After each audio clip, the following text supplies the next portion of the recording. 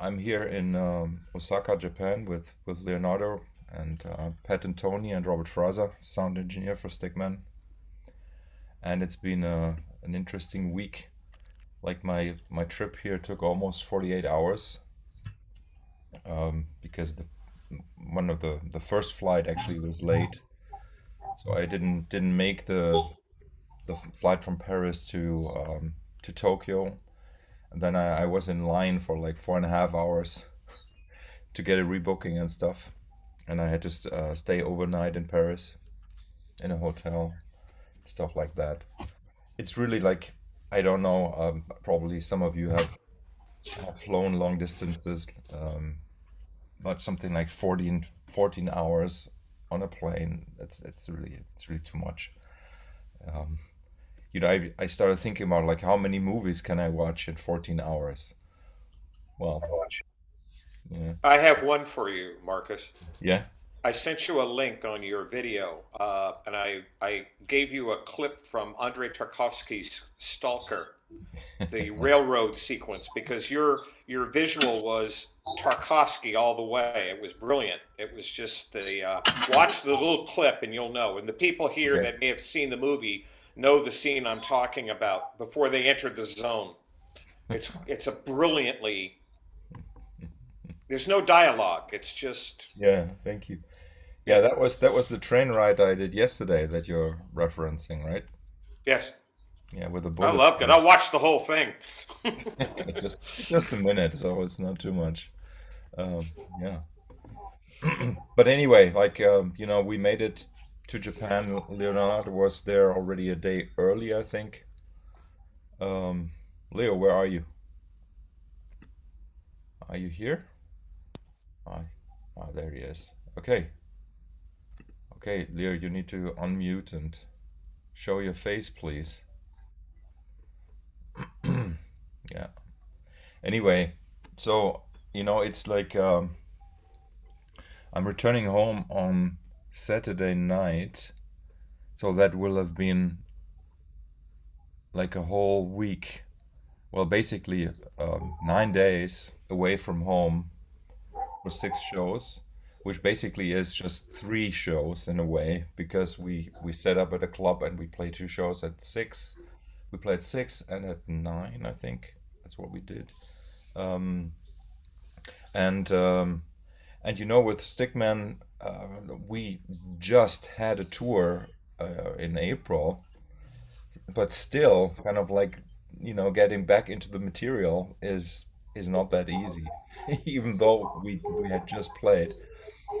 And so like the first show really was the rehearsal, which was interesting, but it worked out very well actually. And what is to our advantage is the fact that we have um, really great clubs here.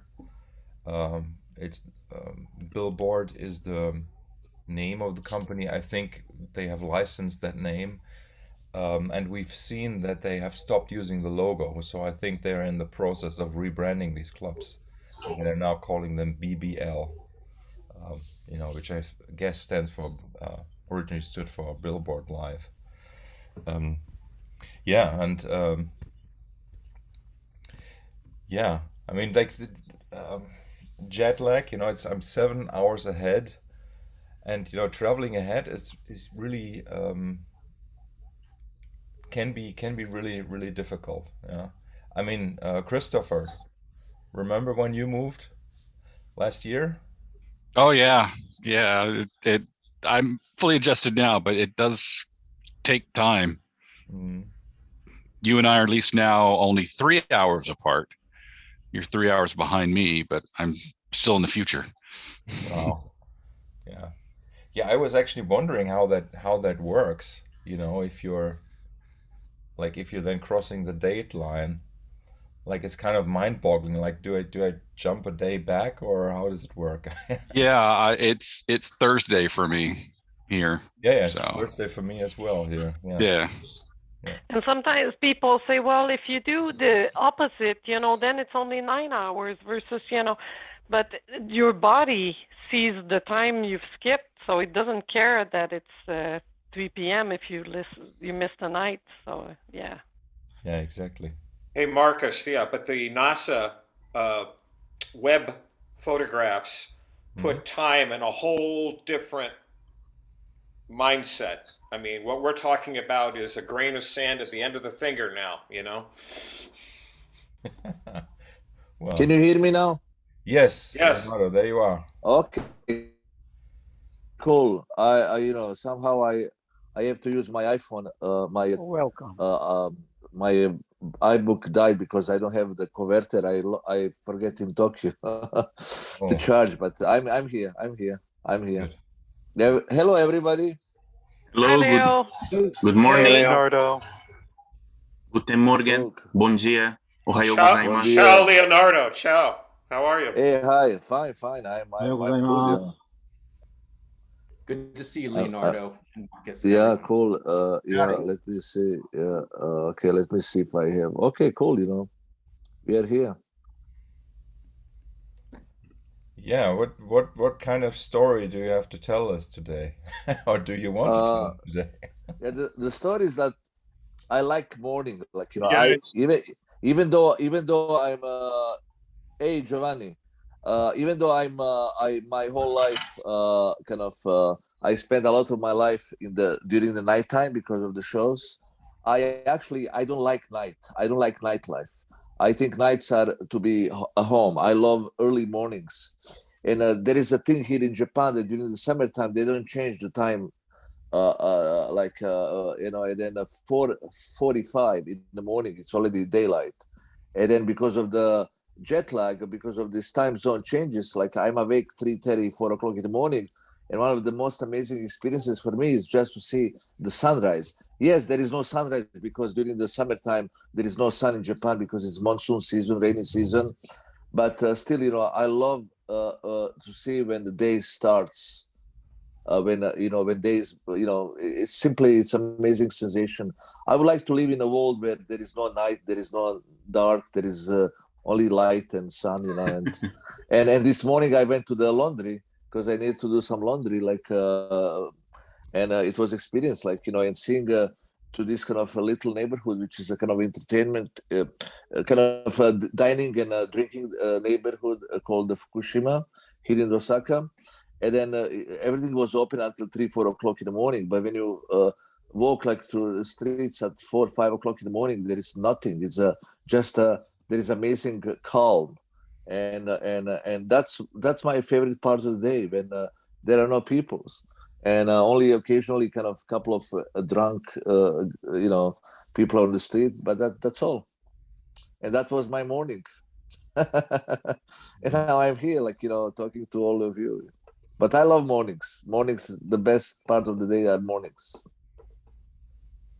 I got very inspired last night at around 6 in the evening to make some new music, and I started working on a piece, and I was still up at 5 in the morning, and I looked out the window, and it was already day was already back, and that was a little bit shocking to me because Yeah.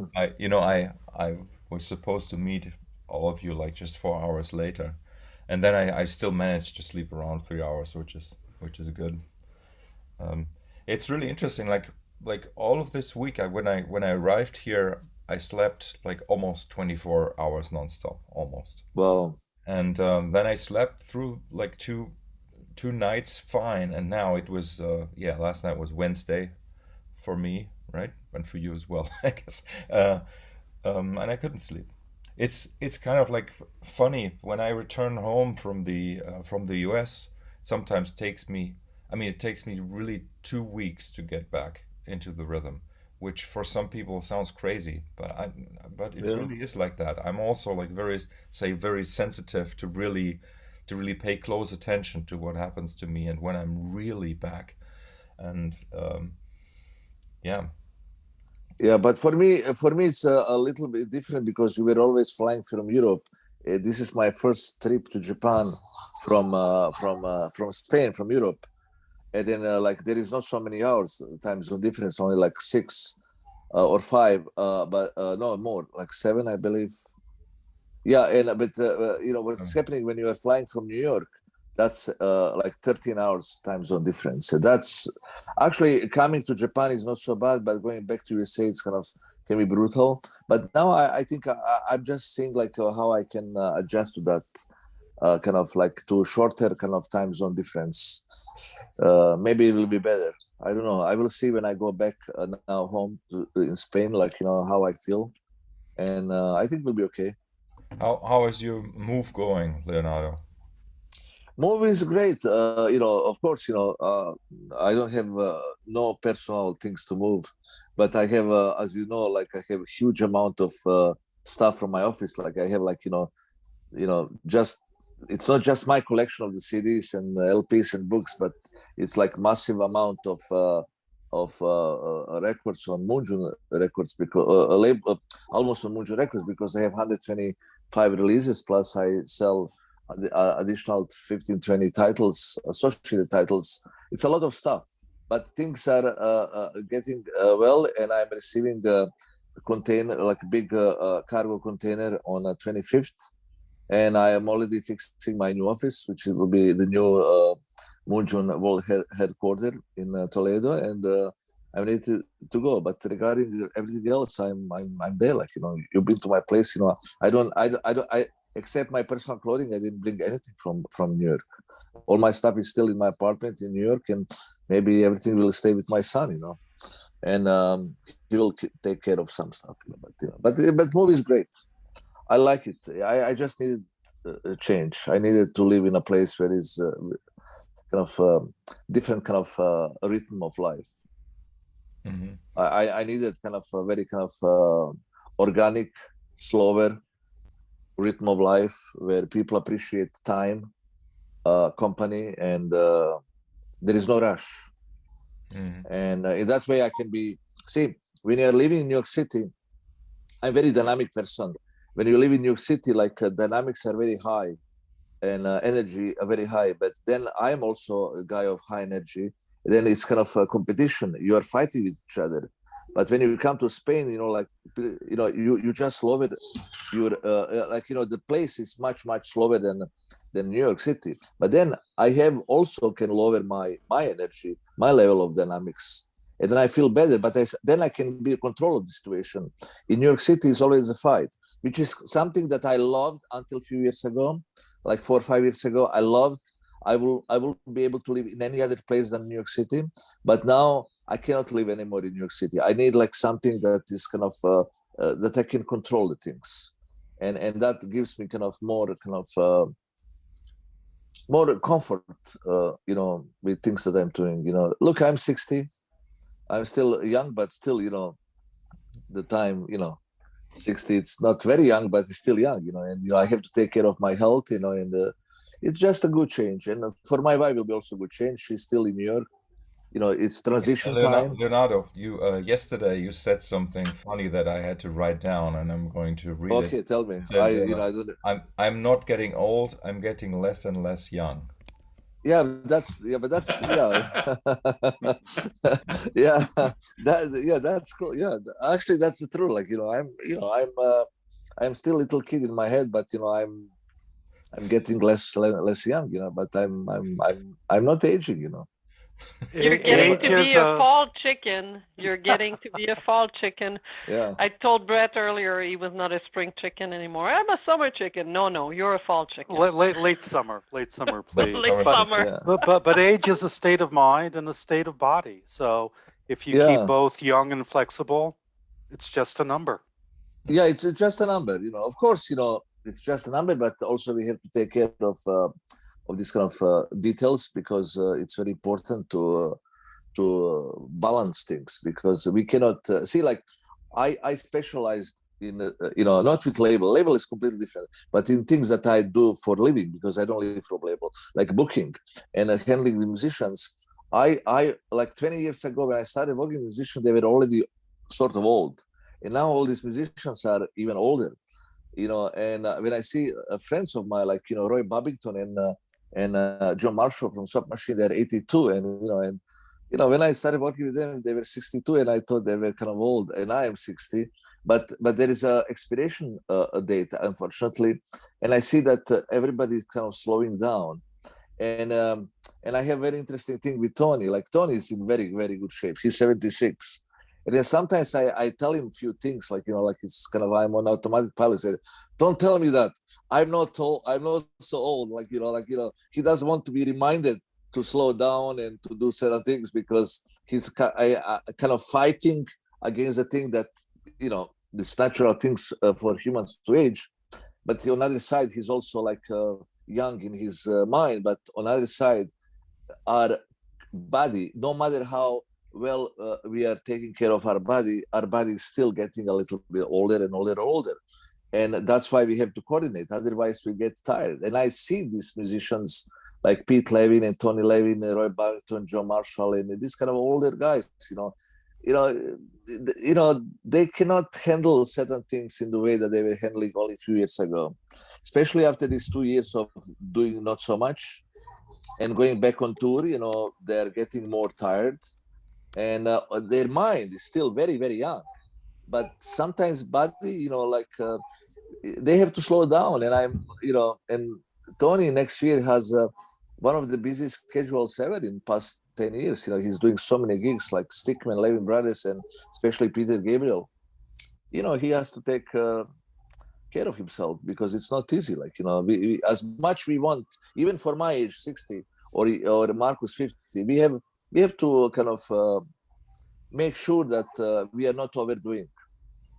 Yeah. So Leonardo, are you handling the booking a little differently now as your bands get older, or is it the same deal? No, it's the same deal. Actually, now I'm in the busiest period of my life, because for one simple reason, because for 2 years nothing happened. And then so many cancellation. I accumulated so many cancellation. Now everybody's on the track, but the situation is very confusing, because there are many changes, and changes are related to the fact that certain musicians cannot do certain gigs, because when we organized those gigs, when I was playing those gigs 3 years ago for 2020-21, then you have set a schedule. You ask, let's say, Alex Kolnick or Kenny Grohovsky, very busy guys. Are you free in those days? Oh, yeah, I'm free, because Testament or John Zorn or John Medeski will play in those days. But now, after all cancellation, everything has changed. And I'm in a situation where I have a band that is requested everywhere in the world, packed. I have 2 guys that cannot play with me, with this band, because they're over, especially now Testament, very famous drummer, Dave, what's his name? David Lombardo. He joined the band, and then the band became even more requested. And then, of course, that's his main thing, and Kenny Grohovsky, he would love to play with Markus, with his trio, with Tim Moser, or with Beledo and Pete Levin, or with other, or with Pact, with Percy Johnson, Alex Kolnick, and Tim Moser, but he cannot, because, things are changing. Whatever gigs he had with John Medeski and John Zorn, or his other bands, Imperial Triumphant, or other bands, everything is changing. And that's the thing that changed. Anything else didn't change. Actually, dealing with Tony is very easy, because Peter Gabriel and King Crimson, they're established bands. They know exactly what they're doing, and and they're not doing so many sessions as before. Then it's easy to plan that. But for other bands, I'm just kind of overwhelmed, because everything is coming in one particular moment. Like right now, like in the last 2 months, I don't think that I've been so busy in my life.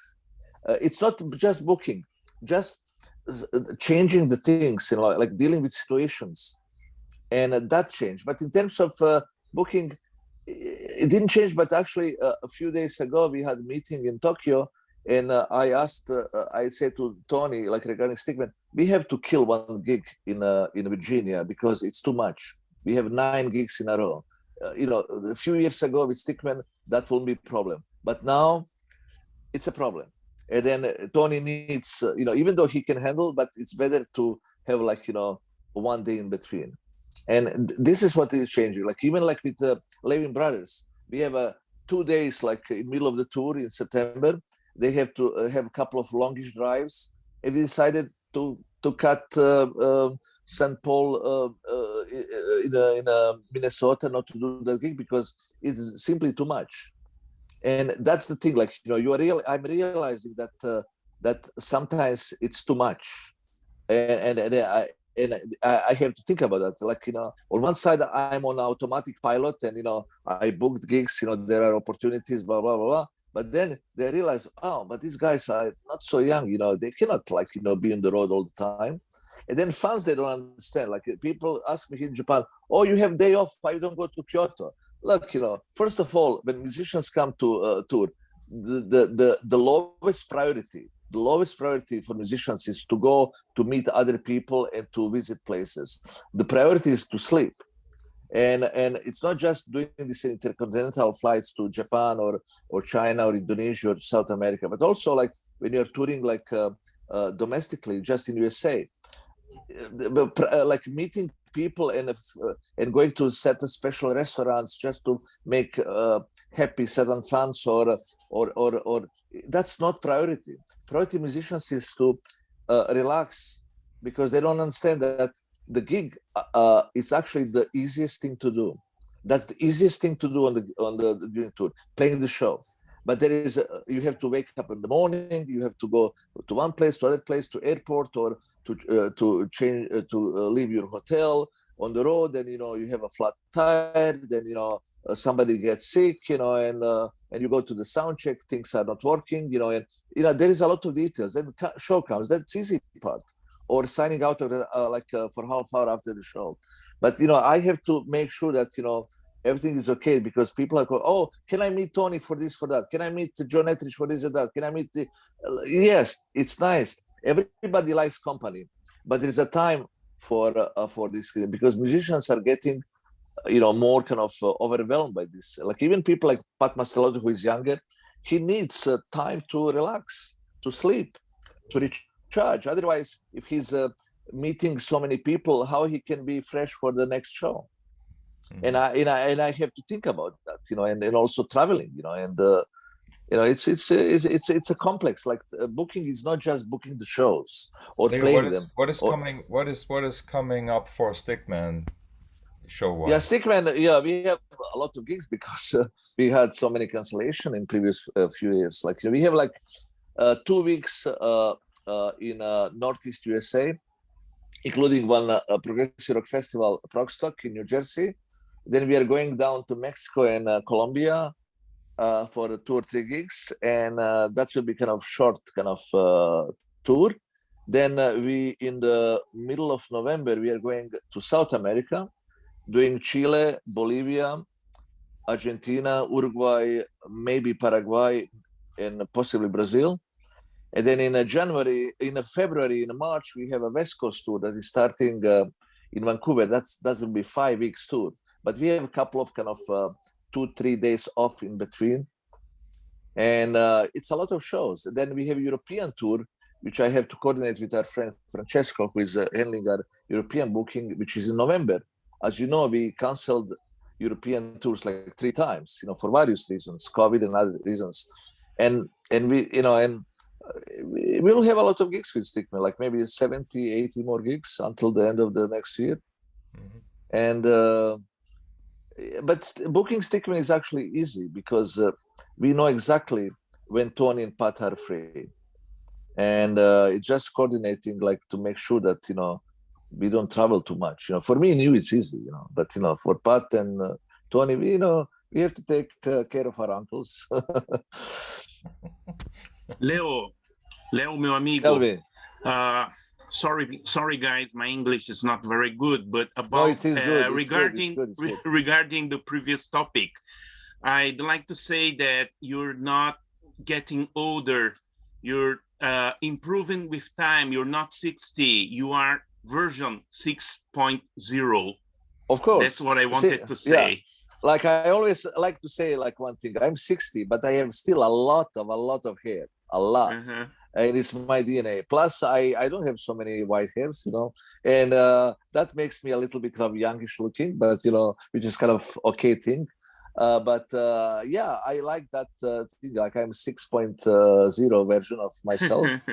Yeah. And Leonardo, don't Tell forget, me. Marshall Allen of the Sun Ra Orchestra is 97 years old and he's still I know. heading the band. I know you I know. I'm just reminding you. I know, but I know, but he doesn't play so much. He handles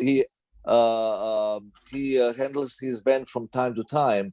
He does have this kind of a massive touring. That's different, Yeah. like and it's different. But I'm not sure if he will be able to handle kind of heavy touring like because honestly, like Uncle Tony, he has very very heavy schedule, and that's one thing, like but still, like it's look back to that topic, like I know musicians that are in 40s and 50s, and as soon as they start thinking about long travels by flying to another continent or being in a van, they're freaking out. And one keyboard player, very well-known guy, I don't want to mention name, I met him in Los Angeles years ago, and he asked me to book his band. And he said, "Oh, like I would like to play with my band, blah blah blah blah." I said, "Yeah, but you cannot get so much money as your other band was making like 20 years ago." Say, "Yeah, but I need some comfort. I cannot do that van thing, going van." I said, "Can I tell you something? Tony Levin does the van. Like, he goes to the van and we stay like in cheap hotels."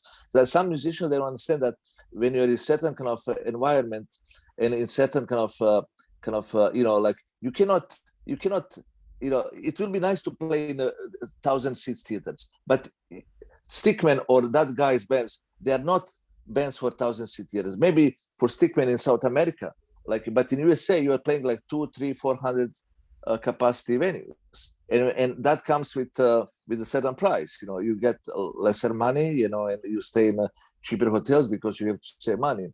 But see, like, what is the advantage of Tony?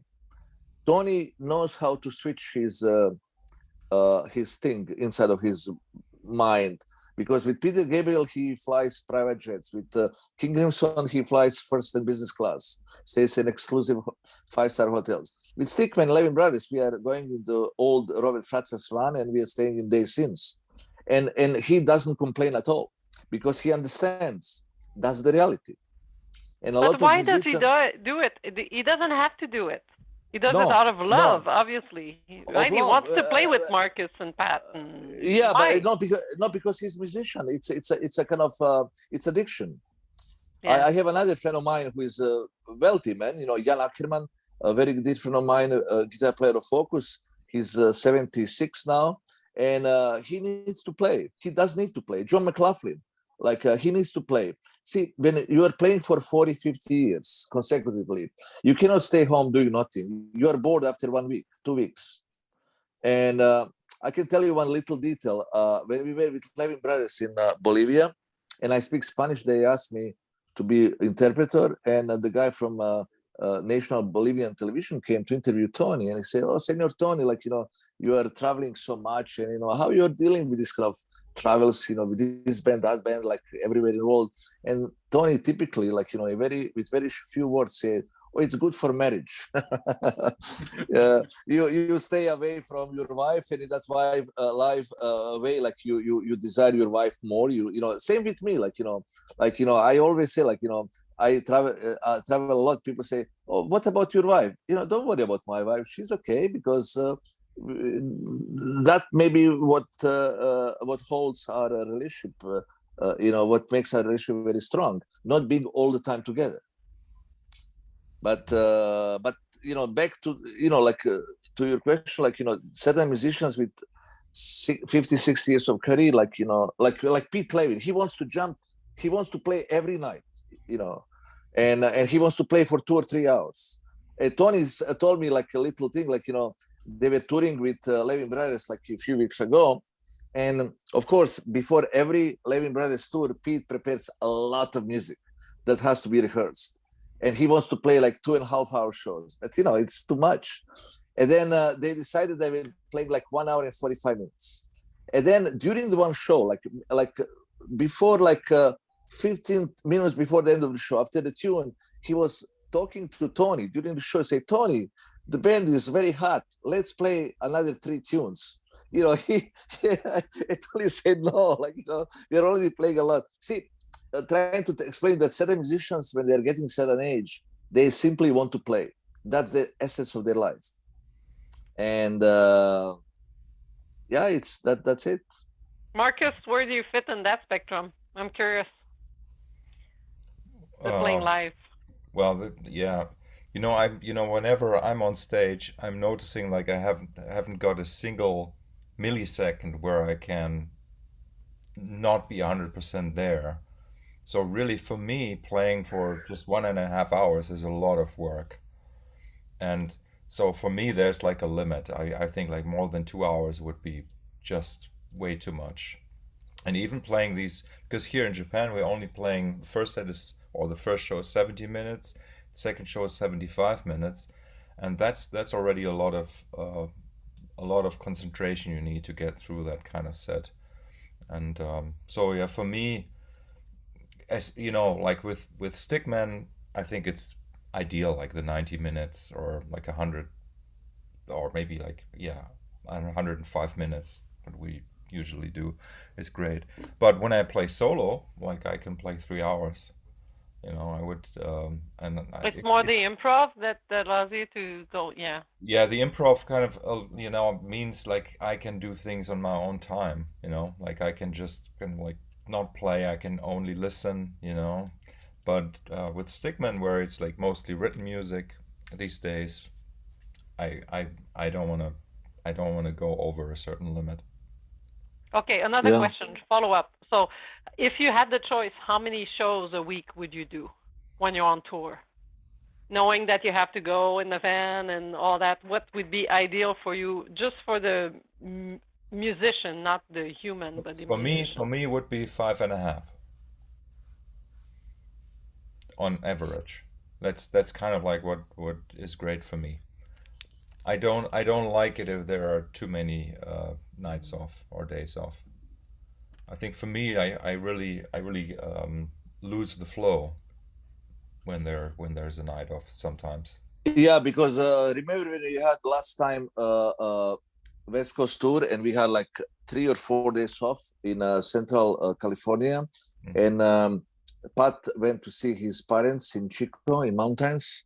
And the band was smoky, and then actually the next gig, I don't know where it was, maybe Santa Cruz, you were a little bit struggling, especially Pat, because you had that kind of, you broke that kind of steam that you had, like, and then you need like 1 or 2 days, like just to readjust, then everything was okay. Yeah. And that's why, like, it's good to have like 1 day off, but not 2 or 3. Sometimes that's problem, because especially if you are playing very well, and you are kind of missing kind of something if you just have like a 2 or 3 days off. How have the shows been received in Japan? How's the audience reaction? What would you say, Leo? Yeah, Japan is very special place. Of course, it's a country of rules and protocols, and because of the COVID, we received instructions how to behave and how the crowd has to behave. And I believe everybody was excited, but fans were disappointed on one side because there is no meet and greet, which is a typical thing, like after the show, which Stickman loves to do, and that's kind of cutting a little bit of fun, because the musicians, promoters is not allowing fans to interact with musicians, which on one side is fair due to the circumstances, but musically it's amazing. Like, I see the enthusiastic, because I'm in the audience, and I see enthusiastic faces, but just the fact that, they are not able to go after the show to see the musicians and to get autograph, that's a little bit frustrating for them. But it was an enthusiastic, of course, And the meet and greet, it seems that you guys really like doing that. How much do you get out of it? Of course, you give a lot to the fans when we go and so on, but what do you guys get out of it? Because if you're doing it, there is value in there. I think it's an opportunity to show who you really are to the audience, and for me that was crucial. because somehow like there was a at some point there was a big misconception what I'm like as a person, because people only know the music, right? They hear the music and there's a certain aesthetic to the music, and you know, the question always is how does the aesthetic of the music match up with the personality, and the audience really ever gets that that information when you meet the musician in person, right? So for me, it was very important. I remember even like maybe 5 years into touring with Stickman, I I checked my list of friends on Facebook, and at that point it was like maybe 4,000 people or something like that. And I went through the list, and I really did remember around 3,000 faces and names. It's crazy, and most of them I'd met on the road.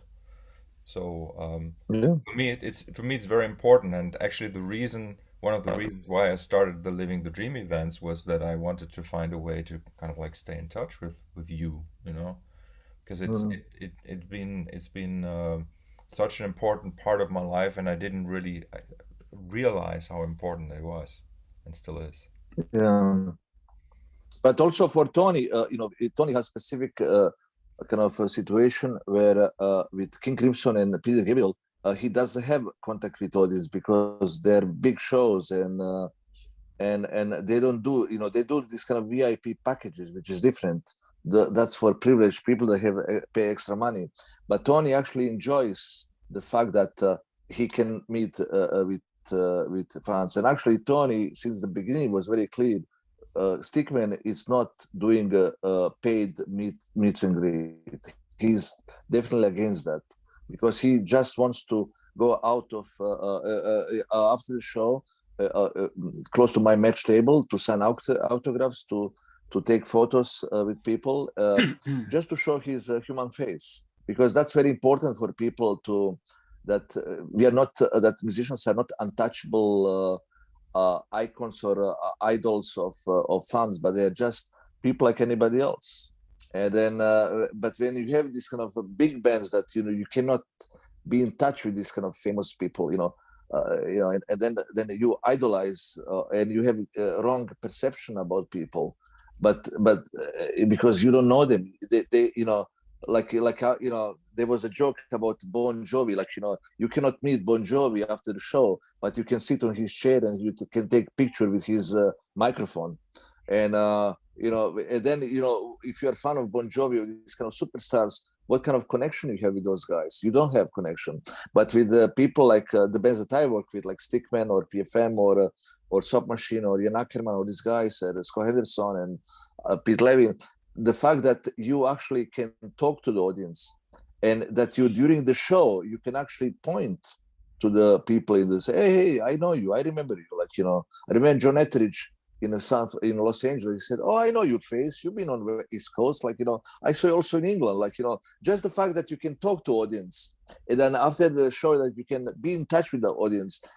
I believe, like from my point of view, like seeing as a neutral observer, that's very important part of the musician's life, that they are not detached from the reality, and especially for Tony, and because he's a very well known, and he likes to sign his book, he likes to sign autographs, and he likes to enjoy that.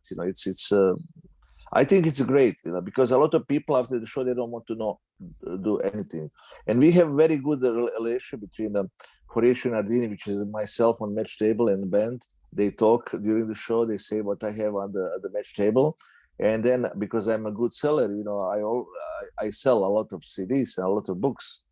And here in Japan, I'm frustrated because I cannot do that, because you cannot sell that in Japan. They have to sell because, first of all, there's a language barrier, and the different rules and protocols. I miss that, but that's the thing, that we like to be, like musician and myself, like we like to be in touch with people. It's very, very important. Yeah, it is. Leonardo, so speaking of like being in touch, so the 20th anniversary of MoonJune was last year, right? Yeah, Officially. Yeah. But then this year you finally had your very first music festival in the town that you were born in, Jajce, Bosnia. Yeah. How was that? How did that pan out? Uh, I had very conflictual relationship with country where I was born, which is Yugoslavia, or former Yugoslavia, or ex-Yugoslavia. I was born in what today is Bosnia and Herzegovina. Actually, no one from my family is from Bosnia. I was born there in Bosnia, and they ended up there after the war too. And when I in 2019, my very good friend Dviki Derman, who is on my label, we received invitation from Sarajevo Jazz Festival, very prestigious jazz festival in Bosnia. And then my friend Borislav, who lives in Sweden, he said, "Oh, because we are with Vicky in Sarajevo, and his band is based mostly in Europe, and why we don't do some show in our hometown?"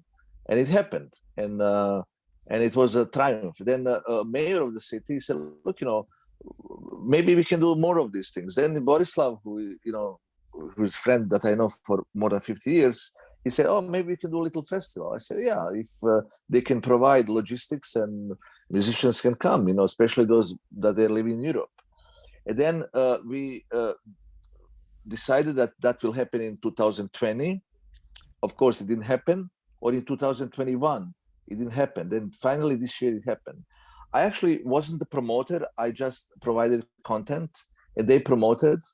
And I asked my friends who were available. A couple of them weren't able to come, like Soap Machine and Gary Hasbin and Jan Ackerman, and a couple of others, Vasil Hadjimanov, Serbian keyboard player. They were busy. But musicians that I invited were all friends of mine, and also they were available. And we had 3 nights of festival, and it was simply amazing. We had some issues with backline and with streaming. That was a little bit disaster, like live streaming. But on the other side, it was a triumph because, I was born in a very dysfunctional family and in a very dysfunctional country. And then I had a very difficult issue with my country. And then, of course, 30 plus years ago, there was a war. I left Yugoslavia many, many years ago. I lived in Italy before that. I moved out of the country like almost 45 years ago. But, all these kind of things, especially in the age, today's, like we live in different age of history. There is a lot of division among people. People are, kind of destroying bridges, and there's a lot of hate. And one of the characteristics of MoonJune is that, my label and my booking roster and me as a person, I'm a very international guy. First of all, I don't belong to any country. I have 4 passports, but I don't belong to any of those countries. I don't belong to Italy. I don't belong to Montenegro. I don't belong to USA. I don't belong to Bosnia and Herzegovina. I don't belong to ex-Yugoslavia or any country. I belong to humanity. I belong to planet Earth. That's how I see it. I don't belong to any religion, any particular group of people. I just belong to the planet. And MoonJune is kind of a combination. It's a place where musicians from all around the world, because of my personality, they gather together. And people musicians they went to the festival. They were from different parts of the world, from Indonesia, from Tuvan Republic, that's very close to Mongolia in Siberia. Another guy was from Siberia, from Uruguay, from Germany, from UK, from France, and actually French guitar player. His parents are from Vietnam, from Portugal and Spain. That was amazing thing. From USA also. And the thing that we came to the place that was a place that only until like 30 years ago was a place where a lot of horrible things happen during the war, when people are still kind of divided and kind of hating each other between 2 different ethnic groups. That I was able to, being from that place, also from very, very mixed ethnic background. I am very, very mixed. To bring these people that are kind of from different parts of the world, which means like we're kind of building sort of kind of bridges of friendship and music being together. I also invited my good friend Roy Babito, who is legend, one of my favorite people on earth. He retired from playing because he has arthritis. and he was there. Like several friends came, like from Israel, from Poland, from Italy, and we had a wonderful time. Music was great. Yeah, there were problems, with backline, with the sound system, but it doesn't matter. The everything was amazing because we came with the right attitude. We were friends, and we showed to that place that it's possible in today's world to be like very different from each other, but being so similar. We are all, as I did a posting on Facebook, we are all the same people. We are doing just different things we are same people doing different things in different way, but actually we are actually doing the same thing, just in different way. We are humans, and if you think about getting together to have a nice drink and a meal and conversation and music, that's my philosophy of life, and this festival represented philosophy of my life. It also represents philosophy of my friends, and this gave me idea maybe 1 month before the festival to continue with this. And I named this festival like a first international MoonJune music festival. Next year I would like to do it in Toledo, and in 2 years in Bali. My friend Vicky can help me with that, because I would like to do like this festival, similar kind of attitude in every year in June, because of MoonJune, in different place in the world, and always is in a beautiful place. Like where I was born is simply beautiful. It's beyond beautiful. Markus can tell you how beautiful it is. The place that I live now, Toledo, is beyond beautiful. Bali is beyond beautiful, and I have a very kind of personal relation with Bali for many years. And because my idea is like not just to have a festival of the music, but to have a festival of being together. And I'm not this festival wasn't about Excel sheet projections, how much money we are making. It was just, let's do it.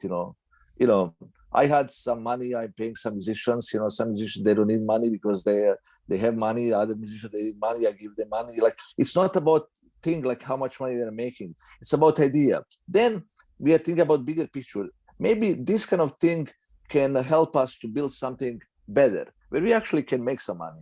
Because not always, like sometimes the people putting festival, they say, oh, how much it will cost me? Actually, I didn't think for one single moment how much it will cost. Yes, I put some money, and government of my city, of my hometown, put some money. There were a couple of people that contributed with some donations, but no one thought we have to make money. The only thing was like, we have to do it. And at the end, everybody was happy. And because not everything in life is money, because we can make money, but most important is that we are building this kind of community of people to show into the world that things can be done.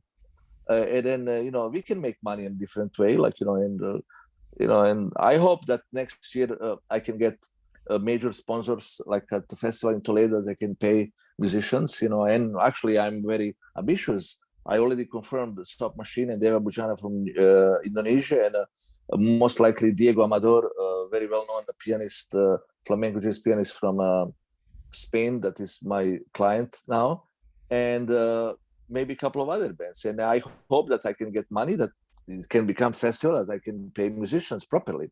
But, I needed something to make up this idea, to create this kind of concept. And other thing about festival, that this is festival, like you cannot send submission to play at the festival. There is no, you cannot, if you're not on MoonJune, there is no place for you at this festival. This festival is built explicitly for my MoonJune family. You have to be on label, and occasionally only few guys that are on my roster. And actually, I can maybe reveal, like, I'm trying to book a PFM for that same festival next year. They're not on my label, but they're on my booking roster for 21 years. And but I only want to make festival that is about my friends, my MoonJune family, people on my label, and people on my booking roster. You cannot just say, oh, can I play the festival? No, you cannot. I'm sorry, you cannot. Because this is a family affair, this is for friends and family. for Markus Reuter, Vicky Dravan, Asaf Sirkis, John Ettridge, like, for people, I just want to make a little party for myself, and and my friends, and to eat well and be well and have a good time. Hey, Leonardo, is ACT on the roster for next year? Yes, but I told you, I don't know when I could book them, because Dave Lombardo just joined the Testament, and Testament not double but tripled the number of the shows that they're playing all around the world in 2022, 3, and 4, and that creates problem for Alex Konlik. And then on the other side, because of cancellation, Kenny Grohovsky is one of the busiest drummers in the world. He's playing with 77 different projects. And then he would love to play with Pact, with Markus and Tim, and with Beledo and Pete Levin, but he cannot because, of course, he has to play some other gigs, But definitely Pact is something that I would like to do it, but I don't know when. I'm meeting Alex Konlik in a couple of weeks. He's my guest in my home. The Testament, they have 3 days off in Spain between Pamplona and Malaga, and he's coming to visit me for a couple of days, and we have also plans for his trio. I even cannot book his trio, and it's good for him because Testament is getting better fees and more shows. Dave Lombardo is a very famous drummer. It's good for them. That will not last forever. It will last maybe another year and a half. But I worry about my uncle Percy Jones, because what about me? But yeah, we have an album that we recorded. It's not out yet. We have a lot of live recordings that I'm supposed to release, but I am not, because there is no action. We might have a couple of local gigs in New York City, maybe later this year. I don't know. It's very difficult to book that band. Yeah. And Leonardo, I just wanted to thank you for streaming the Yahtzee festival. I was watching from California, so it was on at 10 a.m. and various times, but it was you mentioned a couple of hiccups with the streaming. They paled in comparison to what I got out of it, just being able to stream and not being able to attend. It was really appreciated. No, it's nice. Actually, I'm getting. See, there are 2 kind of recordings. We're supposed to have 4K streaming, but they had some technical issues. But what is happening, 2 guys like Anthony Garone, that you might know of from Make with Music, and my friend Osvaldo Gomez, Venezuelan guy who lives in Spain. They filmed a lot of stuff. They are kind of not. They didn't film actual performances. They filmed kind of from different angles, various parts of the festival, and we are making a little kind of maybe 45 minutes kind of little kind of the best of, using some of the images from the festival, which are fortunately in 720. They're even not in 1080, but we can use something, and will be nice, because it would be nice if that was properly recorded. If I knew that there will be problems, then I will be thinking of some other solutions, but it's fine. And I'm glad that you were able to watch, because it's especially the first night was magic with Boris Aldelli, and then Markus and Bernhard, in the front of the waterfall. And the waterfall too. Yeah, they lowered the capacity of waterfall for 50%. That's not all the water that goes through waterfall, because otherwise there'll be too much humidity, too much water, and they had to protect instrument. Actually, Bernhard couldn't play keyboard because water get into the keyboard that they provided for him, and it was still pretty wet, though. Still wet. Yeah. So half a waterfall is wetter than no waterfall, I guess. Yeah. I like the Golden Gate Bridge in your background there, Leo, and wondering maybe one year you could do the festival in the Bay Area. It's very nice in June. Yeah. I just put, because I don't want to show you the ugliness of my hotel room. And I only, because I'm on my phone, I only had saved a couple of these kind of backgrounds. And of course, I love San Francisco. It's one of my favorite cities in the world. It's really nice, but I will be doing, for next 5 years, I will be doing festivals only in the places that meant something to me in my life. as much I love San Francisco, I've been many, but it's not related to my life, and maybe eventually in the future. But yeah, I have to, will be Toledo where I live now, then Bali. I have very big legacy with Indonesia and Bali. Then in southern Italy where I used to live, and a couple of other places. But you never know. You never know. Yeah. So does anybody have any more questions? Markus, I see you're using the quad cortex. Does Yeah. this mean you've abandoned the Helix family and are breaking my heart? Well, this is very technical information. Yeah, I'm very happy with my life setup. It's really it went Very from small. weighing like 10 kilos or 12 kilos to 4. So that is really the advantage. And I'm already on this, even on this tour, I've now realized that I can reduce it even more. And so it will only be that one piece of gear on the floor and my laptop in the future. And it's I have to say it's great. Like, like sometimes we are complaining about like technological advances and what they do to our lives and stuff, but with music technology, like music gear for musicians, we're really in a different era as well, where things are easy. And something like Leonardo was saying, like we sometimes we may just want to make music for the sake of making music. With the technology available these days, it's possible to travel light, for me nowadays, I can check in my guitar. Like I always was so stressed out going on planes because I had to talk to everyone to let me on the plane with the instrument.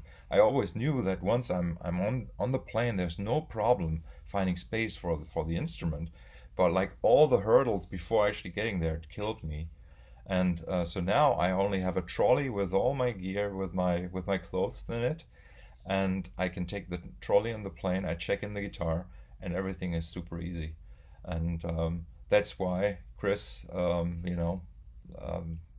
quad cortex is the way to go.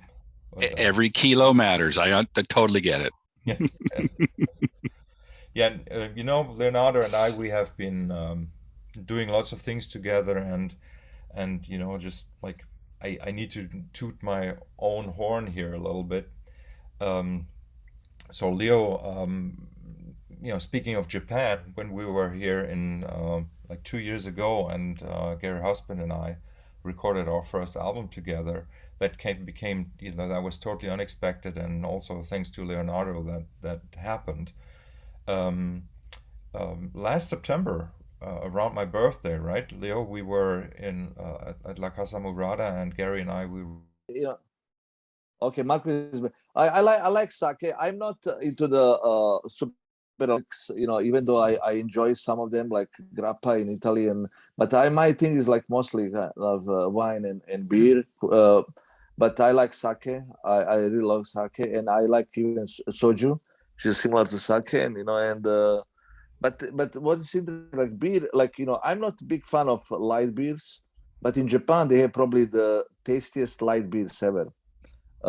Because they're just perfect with the food. They're very good light beer. I don't drink light beer, but lager or like blonde beer. But here in Japan somehow they're very tasty.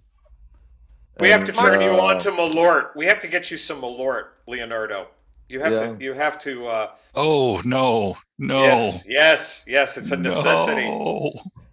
Markus is back. Somehow we managed to stay because I became the host for some reason.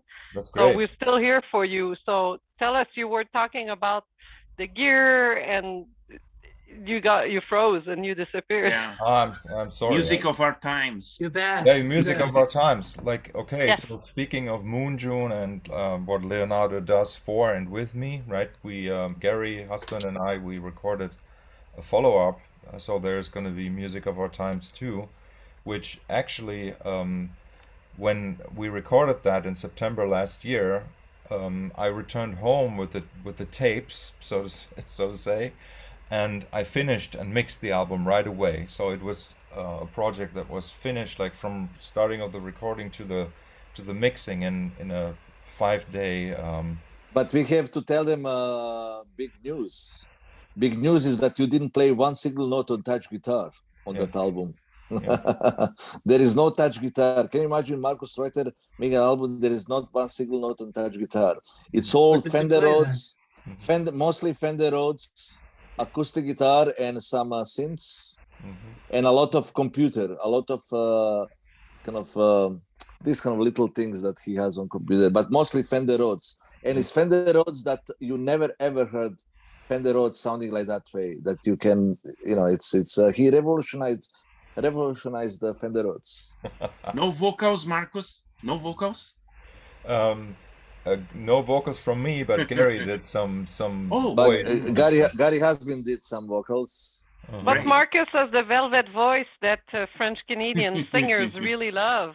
You Yeah. have to tell people that story, Markus. I mean, you have to tell the story. Come on. you're the star. No, you have to tell that story. You were there. Okay, so we were out in a restaurant the night before one of the Quebec show with Brett and Markus, and there's a table next to us. They looked at us, and there was this lady, she was very theatrical. It's like, oh, I love your energy and this and that. And then she starts to say like how Markus has this amazing voice and he should be a musician. It was really interesting, and he should sing. And so I don't know. You've had interactions with her after that. She's a singer from Quebec. She's been singing mostly. She had successes in the 90s, but she's still singing and producing. I left so many years ago that I didn't follow her, but I knew right away who she was. But she loved Markus's voice. I mean, she fell in love first with my boyfriend, and she realized that he was taken, and she loved Markus's voice, and then she completely focused on Markus.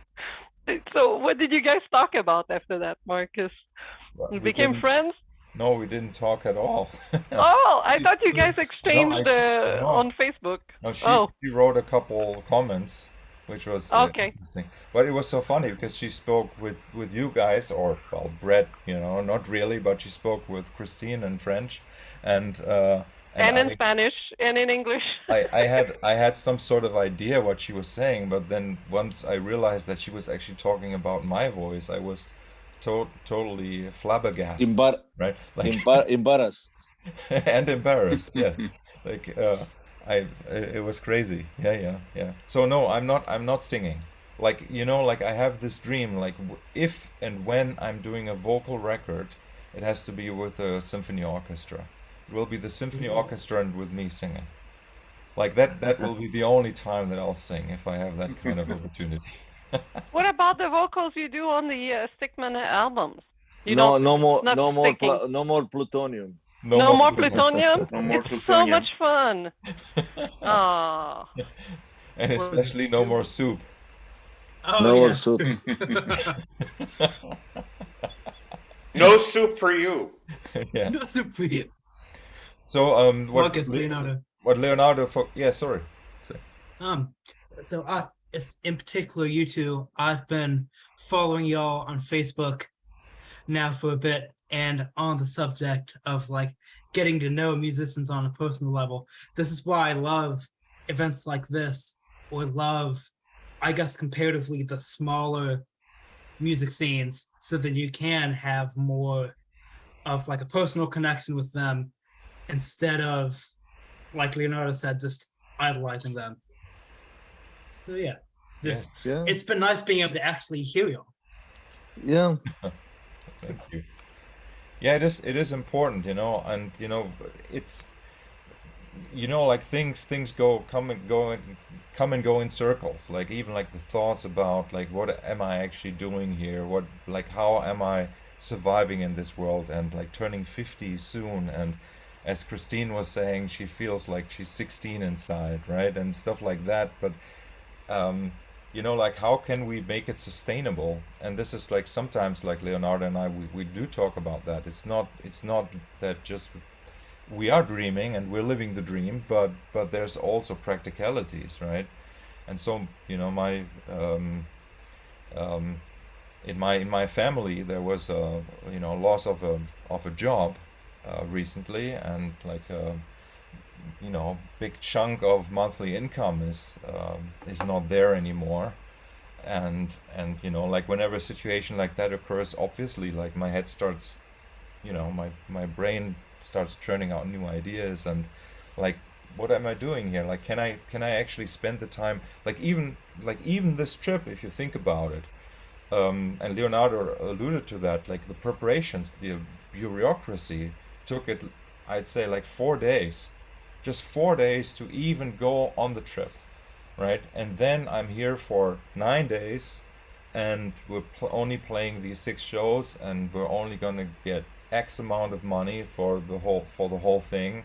And so, like, if you really start dividing things up, sometimes it can be quite frustrating to then, you know, understand that you have made maybe like $100 per day or something like that, right?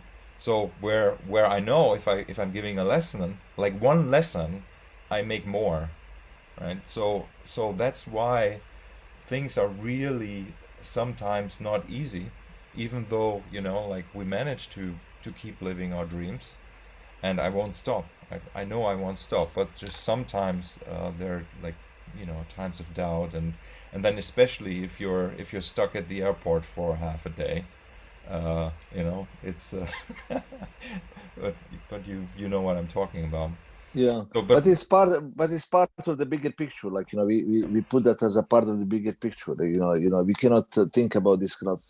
It's part of life, you know, being stuck at the airport and losing the flight, or your instrument is not arriving, and you know, and it's just a part of the bigger picture, you know. yeah, it is exactly. And you know, like I keep saying myself, I became self-employed uh, 23 years ago, and things have been fine, right? But then really, like earlier this year, once the war in Ukraine started, that kind of like put a new perspective on things for me. I really have to admit, you know, like I think we should not waste.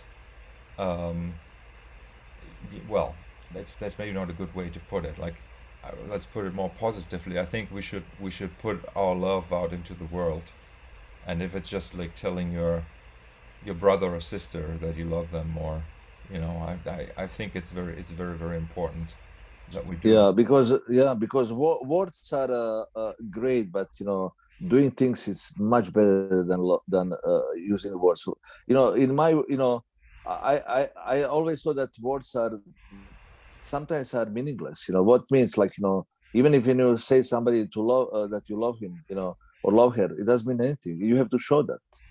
Yeah.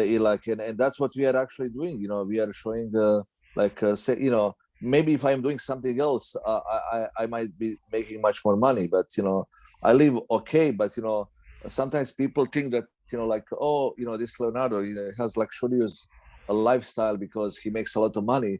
I make okay money, you know, I cannot complain, but you know, but what I do, like, I put a lot of love in what I do, and I like to live certain kind of lifestyle, and I don't care if I will not make money or it will cost me, like, because I'm not into the Excel sheets and the investments in stock markets. You know, I don't think about that. You know, I just think like I have to have fun. If I want to go to a restaurant, pay $200 for a meal, I will go do it. I cannot do that every day, even if I don't have money, because if I feel that I have to do something, I will do it.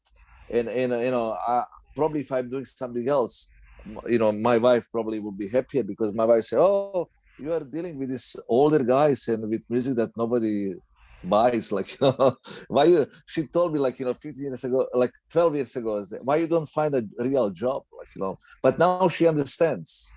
I mean, she always understood, but now she understands that it's not about finding a real job. It's about finding what you like.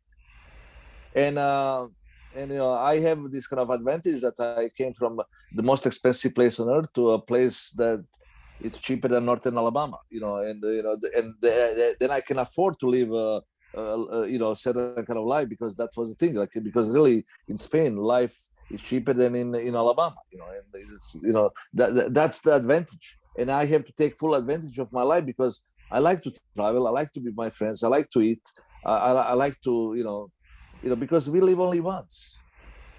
We live only once. We live only once, and that's our way. As I mentioned many times, not only with Markus, with many of other friends, musicians.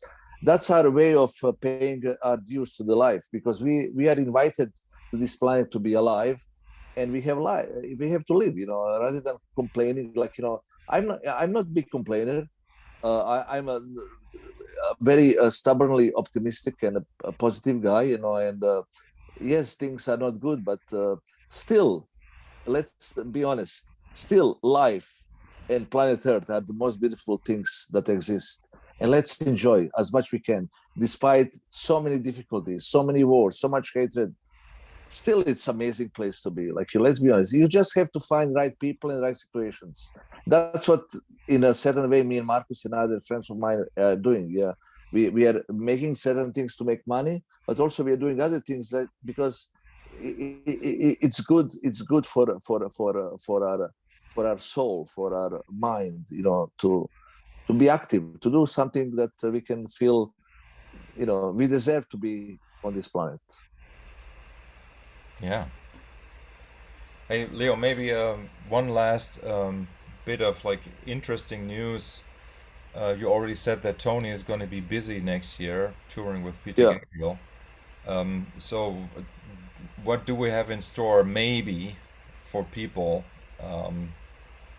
with Pat and I, and who else? And with our friend Trey Gunn. I think we can make a nice trio that is, maybe kind of similar instrumentation, not exactly the same, but the music might be different, and it's a trio. And Pat also doesn't need to go on the tour, but he likes to play live because that's the essence of his life. And Trey also, Trey runs the label, does other things, but he wants to play live. And we are thinking to put three friends together and do some music. Mm-hmm. And maybe next year we'll try to do some shows, like first in the USA. Maybe we have some tour around July next summer. Maybe before the camp, we will try to do some USA tour, and maybe Canada, and then let's see. Yeah. Let's see how it goes. Maybe we can have some special guests. Yeah, in Japan we need a special guest, and we might have special guests, and to make it different. But I think it will be a great thing, and I always appreciated Trey's music. I remember when I saw David Sylvian with Robert Fripp, and that the first time that I saw Trey and Pat, I didn't know so much about them, and immediately I became fan of those two guys. And then I became friend with Trey. We worked together with a couple of situations, and especially with Security Project. And I think it will be a great band. Trey is a great guy and amazing musician. And Level 5 with Trey, Level 5. Thank you very much. Hey, Markus, I have a request. Yeah. If this group happens, do giant steps. Yes. Yeah. Of course. Yeah. But we have to make the heaviest Level 5 ever. Mm-hmm. It's not heavy enough. Yeah, but let's make it heavier. It can never get heavy. There's always room for more heaviness. Make it brutal. Make it brutal. Yes. Brutal. Yeah. A little bit brutal. A little bit totally brutal. Yes. You've got to do back-to-back Lugs 4 and Level 5. Just the heaviest thing anyone's ever heard. Yeah. Yeah. And also, our friend Gary Husband is kind of busy, but we have this project with Markus. But definitely, once Gary pays all his dues with Grand Maestro John McLaughlin, and a couple of other projects that he's doing, we will also some more collaboration between Gary and Markus, and we'll see, because Gary is he's one of a kind, and he enjoyed playing both with Markus and with Stickman, and he's supposed to be with us, but what is happening we were trying to come back to Japan with Stickman, but because of so many cancellations, promoters have to give you only certain options of the dates, and they gave us a couple of dates, and the original dates in end of May, early June weren't good for Pat and especially Tony, because Tony's daughter was marrying, and now they gave us these dates, and then John McLaughlin tour is happening, and that's why Gary is not with us. And but it would be nice if Gary only played like 2 75-minute shows with Stickman. It was absolutely brilliant. But I think it will happen. Like probably we'll get Gary on some gigs, but definitely more things with Markus. I was lucky enough to attend the 2 gigs in Nagoya in 2020. Yeah, I remember. That became the Owari live album. Yeah, it's so what's special. happening? Yeah, what is happening? Like that gig was virtually sold out, but we had only like 50 people in audience, because people started freaking out, and because they're not only people from Osaka, but some people from Kyoto and Kobe, from all this area, Kansai area. They didn't came to the show because they said, I don't want to go to the show, like things are weird. And it was kind of an intimate show, like, for 50, 60 people each night. But, but it was special. Musicians gave like 130% of their energy and imagination, and virtually with no rehearsal, it was just a kind of a discussion about music and then a little bit longer sound check, and Gary, who is absolute maestro of keyboards and piano and whatever, and musical genius, it was just perfect match. And Pat was especially happy because Pat is a huge fan of Gary as a drummer, and having Gary playing keyboards with him, for him was kind of dream coming through. I think he said, "Oh, dude, next time you have to bring another drum kit. We have to play like some drums together." Pat was very excited. Mm-hmm. And for Tony, that was the second chance to play with Gary. We did the album of Deva Bujan, Indonesian guitar player, with Jack DeJohnette and Gary husband, and also Tony wants to do more things with Gary, but it will happen. It will happen. Something will happen.